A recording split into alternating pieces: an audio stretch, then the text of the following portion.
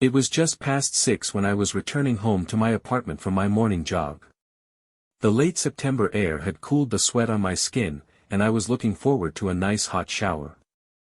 As I opened the door to the lobby, Dan exploded from the elevator, and pushed past me in a hurry. "Hey, Dan," I said. "Morning." Dan Farber was a new tenant in the apartment down the hall from me. He'd moved in with his wife a couple of weeks ago, though I'd never actually met her in person. Dan had been hired as an assistant athletics director at Clinton State University. They piled the work on top of him, and he seemed constantly on the run. I wondered how long he'd last until the stress burned him out. "Oh hey, Jeff," Dan shouted over his shoulder. "Sorry, man. No time. Running late for a flight." "Good luck, man," I called after him, but by the time the words were out of my mouth, the door was already swinging shut. I shrugged, and headed to the elevator. When I stepped out on the 5th floor, a white flash of motion caught my eye, as a body darted behind one of the large decorative vases lining the hallway. As I approached, the figure slowly stood, revealing damp blonde hair, blue eyes, and an embarrassed smile. A thick white towel was wrapped around her petite frame. Her arms were clutching a small gray mewling kitten. "Can I help you?" I asked. I took another step towards her. Yeah, sorry," she stammered. "It's just, I live down the hall." She gestured with her head. 514? I asked. She nodded. "You're Dan's wife?" She nodded again. "I just saw him downstairs." "Yeah," she acknowledged. "I came out to kiss him goodbye, and then our cat Yoda got out. But Dan had to catch his plane, so I ran after the cat, and the door closed behind me, and by the time I realized I was locked out, he'd already gone, and now I'm not sure what to do." She finally took a breath. "Oh," I said. "Well, if you want, you can use my phone to call the landlord." "Really?" she asked. "Yeah, I guess it would be fine," I said. "He probably won't come until 9 or 10. If we're lucky," I thought to myself. "But you can wait for a while in here." "Thanks, Jeff." "Tammy," she said, juggling the kitten to shake my extended hand. I unlocked the door, and flipped the light switch. My apartment was small, 1 bedroom, 1 bath, a kitchen, and a living room. I gestured for Tammy to have a seat on my futon, while I went to the kitchen to put on a pot of coffee. When I returned to the living room, she was sitting with her legs crossed, fidgeting with the bottom of her towel, while also trying to keep hold of Yoda. I sat across from her in an old armchair. "It's okay. You can let him go," I offered. She put the kitten down. He immediately leapt from the sofa and scurried off to explore. Sincerely, I just wanted to offer help, like a good neighbor. I would have done the same for anyone. But that didn't erase the fact that she was a young, attractive. "So," I started, trying to distract myself. "Dan says you're from Maine." Tammy nodded, looking uncomfortable. "And he's the assistant athletic director at Clinton State." I tried again. "MHM," Tammy responded. "Ah," I said. "I'm a photographer in the media department there." "Oh," she said. "Have you lived here a while?" "Well, about 2 years," I said. "I'd moved in after the death of my wife, Teresa, from cancer. I took it hard, and fell into a depression after she passed. Maintaining the house we had once shared became too much work. I was barely hanging on. After getting an inflated bill from the city for mowing my neglected lawn, I finally gave up, and admitted to myself that I needed to get my shit together. It wasn't how Teresa would have wanted me to go on without her. So, I started eating better, exercising, and seeing a therapist. Eventually, I came to the conclusion that moving on meant actually moving. There were too many memories, good and bad, in our house. Tammy simply nodded without commenting. Thankfully, I could hear the percolations from the coffee maker coming to an end. I went to the kitchen and poured her a cup of coffee in a large mug. "Listen, do you mind if I go jump in the shower really quick?" I asked. "Sure, but could I use your phone?" "Oh, yeah, I remembered." She'd come for the phone, not to listen to an old man reminisce about his wife. I went to my bedroom where my phone was still charging on the nightstand. I carried the phone back to the living room and tossed it to Tammy. She caught it. "Sorry, I apologized, as she looked up at me blushing. I quickly retreated down the hallway to my shower. Moving from the washroom to my bedroom, I pulled on a pair of clean pants and a university-affiliated polo shirt. Then I examined the far end of the closet where I'd kept a few of my wife's old dresses. I had no real use for them, but for some reason I just wasn't ready to part with them. I pulled one from the closet, a light blue summer dress that used to look particularly amazing on Teresa. I said, returning fully clothed to the living room. "I don't know, but you seem kind of uncomfortable in that towel. Maybe you'd rather wear this?" I offered the garment to her. "Yeah," I acknowledged. "I guess it probably won't fit really great. My wife was taller than you. But I thought maybe you'd want to try it on anyway. You can change back there, if you want," I added, gesturing towards my bedroom. "Thanks," Tammy said. She padded back to my room. Finally, I poured my coffee and opened my laptop. Scrolling through news headlines, I clicked the odd story. After about 15 minutes passed, I started to become curious. Tammy hadn't returned. I had no idea what could possibly be taking her so long. I walked down the hallway, and knocked softly on my closed bedroom door. "Tammy?" I asked. "Are you all right?" Yes, I'm all right." She sounded anxious. "Is it okay? Does it fit?" I asked, cracking the door open. Yeah," Tammy said. The distracted tone of her voice raised my suspicions.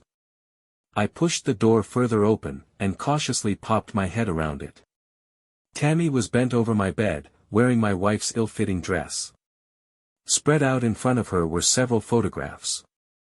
She was desperately trying to pick them up and stuff them back inside of a cardboard shoebox. "What are you doing?" I shouted angrily. "I'm sorry." Tammy shouted back. "I was getting Yoda from under the bed, and I knocked over this box, and I didn't mean to." I moved to the bed, and helped her return the pictures to the box. "You shouldn't see these." With the photos secured, I replaced the lid, and shoved the box back under my bed. Then I reached even further, grabbed the protesting Yoda by the scruff of the neck. I pulled him out, and shoved him into Tammy's arms. "Here." "I'm sorry," Tammy repeated. Her face was flushed a deep red. Tears were beginning to well in her eyes. "We can go. We should probably just go." "No," I said, calming down. "Look, it's okay. I'm not really mad, but I could get in a lot of trouble if the wrong people knew about those pictures." "What do you mean?" Tammy asked, eyeing me suspiciously. "I'm a photographer for the university, right?" Tammy nodded. "Well, sometimes I get requests from people for more private kinds of pictures. I do it on the side to make a bit of extra money." There were like 20 different women. "Yeah. And without naming names, some of them in high positions at the university. They count on my discretion. Now I'm counting on yours. Do you get me?" "No, not really. What don't you get?" I asked with obvious frustration. I already felt like I'd said too much. "I don't understand what I get out of it," she responded with a treacherous gleam in her eye. "You get?" I repeated, unbelieving. "Like you said, you're rewarded for your discretion. It seems like I should be rewarded for mine." I swore loudly. Then, after a pause to regain my composure, I continued in a lower voice, "What do you want?" Tammy fell thoughtfully silent for a minute. She looked like she was wrestling with a big decision. When she finally spoke, it was barely above a whisper. I want to look like them. What? The women in the pictures. I want to look good like them, not like some friggin' ironing board. She practically spat the last words out. What are you talking about? I objected. Trust me, you're gorgeous. There was another long pause from Tammy, and then, that's not what Dan thinks. What do you mean? He's not interested in me anymore. Now he's constantly surrounded by all these beautiful, young girls. If I don't do something big to get his attention back, I know I'm going to lose him. That's insane. I shouted. I'm sorry to say it, and maybe I shouldn't since I hardly know either of you, but if that's true about Dan, he sounds like the bastard. Tammy looked at me skeptically. I impulsively took it one step further. Let me prove it to you. How? Tammy asked uncertainly. You said you wanted to look good like the women in the photos? Tammy nodded hesitantly. I can do that for you, I guaranteed. She stumbled, taken off guard. You should see some of them at work, I said, making an exaggerated grimace. Tammy laughed. Much of the remaining tension seemed to evaporate. All I'd need is a few hours. Just tell me when. If you're still not satisfied. Tammy was staring excitedly at me. Fine, I'll pay for them. Tammy looked at me, saw that I was serious, and thought about it for a moment. Okay, she agreed finally. All right. Did you get a hold of the landlord, while I was in the shower? I asked. Tammy nodded. And he said he was coming to let you into your apartment? She nodded again. Okay. I have some appointments this morning, so you'll have to wait for him in the lobby. I can't wait here. Tammy whined. After you got into my pictures and tried to blackmail me? I laughed. You've to be kidding. Tammy frowned at me, but had no response. Listen, you can keep the dress, I offered. Give it back later, all right? Fine. 3 days later, I found the dress freshly washed and folded in front of my door. I picked it up and a note fluttered out to the ground. Inside my apartment, I unfolded and read it. Dan at track and field meet, out of town all weekend. Can meet any time. Star. I spent most of Saturday arranging my makeshift photo studio in my room, setting up the necessary lighting. Around 7 o'clock, I went to fetch Tammy. She was dressed in a pair of tiny cut-off jean shorts, and a white t-shirt with Daisy Duck sniffing a flower on the front. I nodded and hummed appreciatively. Is it all right? Tammy asked. I can work with it, I replied. While it wasn't the most classic outfit for a photo shoot, she still looked pretty cute. Yoda, sensing his opportunity, quickly ran for the open door, but I rapidly scooped him up. Nice try, I said to the kitten, handing him back to Tammy. She put him back inside, and closed the door before he could escape again. I led Tammy back to my place. She sat on the futon, anxiously tapping her foot. Try to relax. The pictures won't turn out if you look like you're being held hostage. Sorry, she said, tucking her restless legs beneath her. I'm just nervous. I've never done anything like this before. I have, I said, which received a giggle. You don't anything to worry about.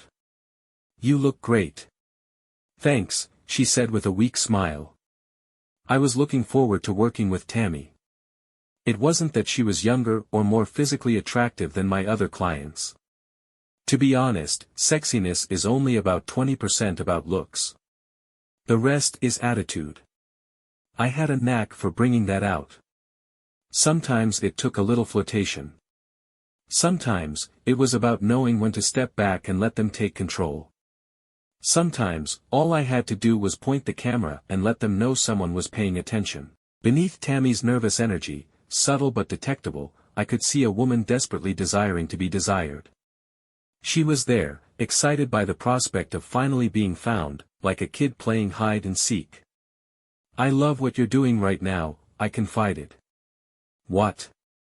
Tammy asked. I'm not doing anything.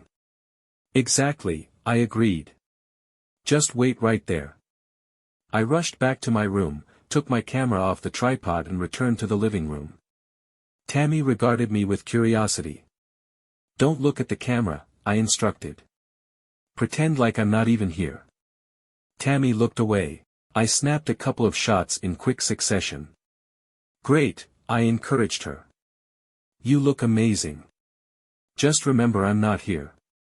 Over the next few minutes I shot a couple dozen pictures as Tammy glanced here and there, shifting in her seat. I captured her from various angles, looking for the most perfectly flattering one. How are you feeling? I asked. Weird, Tammy responded laughing. I mean, I don't know what to do with. She looked at her legs, her arms, her hands, and then shrugged, any of this. You're doing fine, I assured her. Just relax and do whatever feels natural to you. We don't want you to fake anything. We want the real you. The real you is sexy. Tammy smiled, clearly pleased at being referred to her as sexy. She continued to pose on the sofa, while I clicked picture after picture. How would you feel about a change of setting? I asked finally. The rest of my equipment is set up in my room. Okay, Tammy nodded uncertainly. She stood and followed me down the short hall to my room. Why don't you take off your shoes and climb up there? I suggested. Tammy again gave me a skeptical look. Listen, I'm not going to make you do anything you're not comfortable with, okay? I'll be back here, see? Just hold it right there, I said, adjusting the camera to get the right settings and angle. I took a few pictures, and then made some final adjustments to the tripod. I think I've got it, now. How about you try leaning back a bit? Good. A bit further, yeah. Tammy followed my directions like a professional, but there was still something off. Finally, I moved around the equipment toward her. I looked her over again. I started snapping more pictures. Remember, forget I'm here, I coached her. Just make yourself comfortable. What feels right to you? I decided to push her further. I want you to imagine Dan is here, I said. What do you want to show him? I detached my camera and stepped around the equipment, over to the bed again. I knelt at the foot of the bed and took some closer shots that foreground. You're not uncomfortable? I asked. No, Tammy shook her head. I'm fine. You certainly are, I agreed. Keep holding that position. I quickly moved again for cover behind my tripod. I remembered my camera, and began snapping shots again.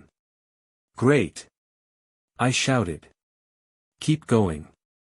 She leaned back on one elbow, while her other hand descended between her legs. Her eyes kept flickering from the camera. Like I said, you're sexy just how you are, I replied. You just needed someone to show you. Tammy considered. So, I guess you're not the only one with the occupational hazard, she said, smacking her lips.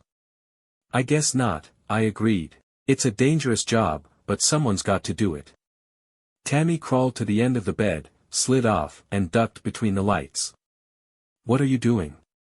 I asked, as she beside my tripod. Filing a complaint with the Workplace Safety Board, she answered. I didn't respond. Instead, I led Tammy. Sit, I said. She did. Then I pressed her shoulders. Can you guess what happens next? Jesus, I said.